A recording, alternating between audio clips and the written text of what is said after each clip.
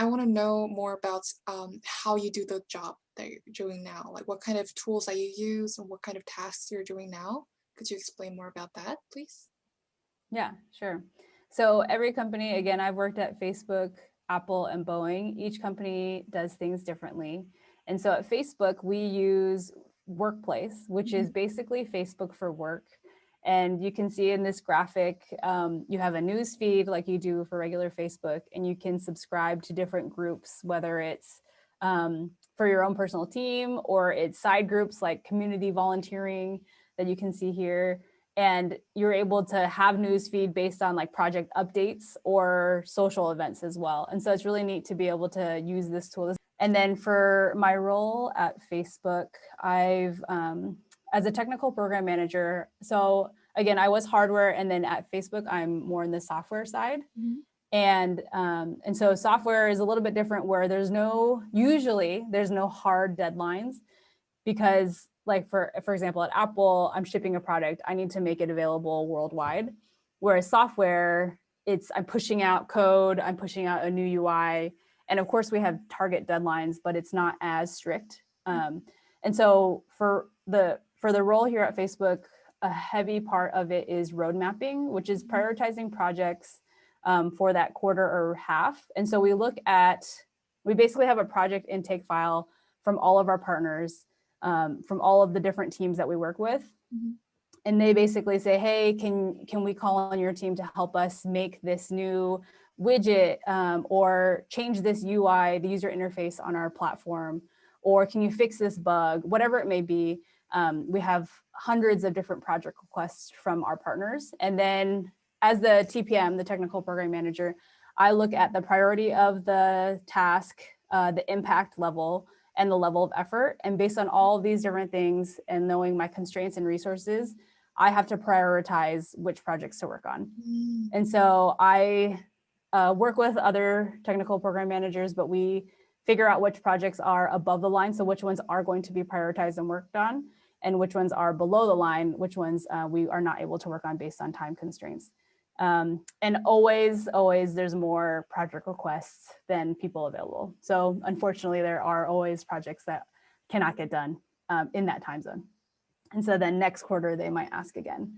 And then throughout the quarter, I will also I'll manage 2 to 3 programs in depth. And what that means is, again, kind of going back to what I was saying earlier, but I'm responsible for program success and program progression, making sure that we stay on track, weekly meetings with the team and things like that.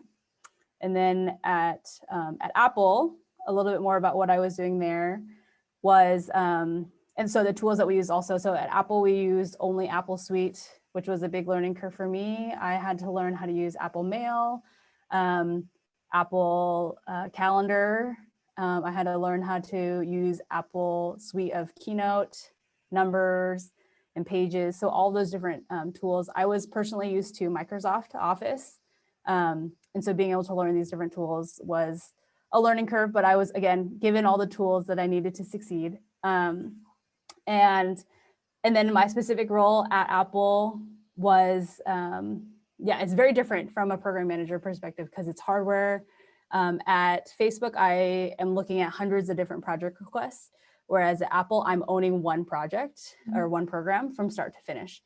And so the latest product that I fully shipped was the iPhone 11 leather phone case. And I was responsible for prototype builds, cross-functional testing, making sure that we have a viable design that meets all of our specifications and requirements. I was responsible for schedule, our master issue list, vendor relationships. So we work with tons of different vendors for all of the pieces within that make up this part. And so really managing those relationships was a big one also. I owned executive updates, program progression, and success. So similar, again, where it's leading the team, program progression, success, roadblocks, all that. And then here's just a picture of how to build and make a phone case.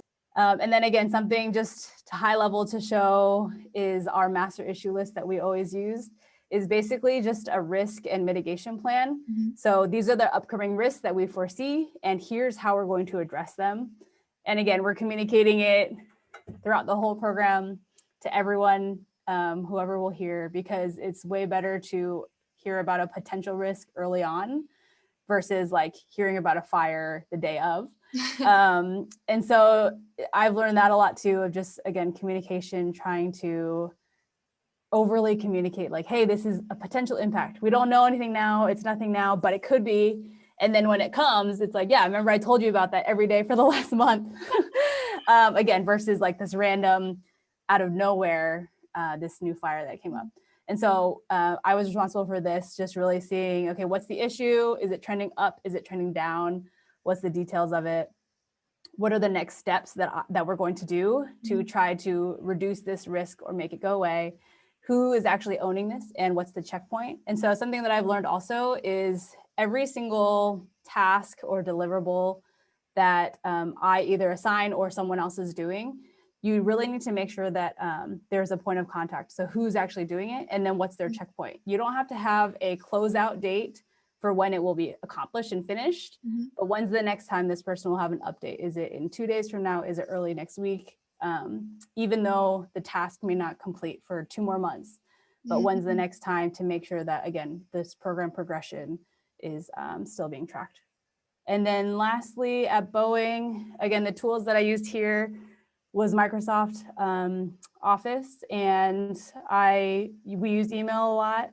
Our meeting length here was actually 60 minutes, which seems very long now after having 30 minutes be the norm at Apple and Facebook. But what I was doing here as a payloads engineer, which is the interiors engineer, I was working with airlines, vendors, and configurators. So what that means is I was working with airlines, and then the vendor was, for example, we had vendors all over the world that built and delivered like the galley areas, the kitchen areas of the airplane. And then our Boeing configurator, which he was kind of like the program manager, where he saw the entire plane and was keeping track of everything. Whereas I was the galley engineer, again, so more technical, more specific, before I became a program manager. There's just a lot of differences. Every company is different, and you can take general lessons learned, I guess, to apply to every company, and just learning how that company does things and how to be successful there.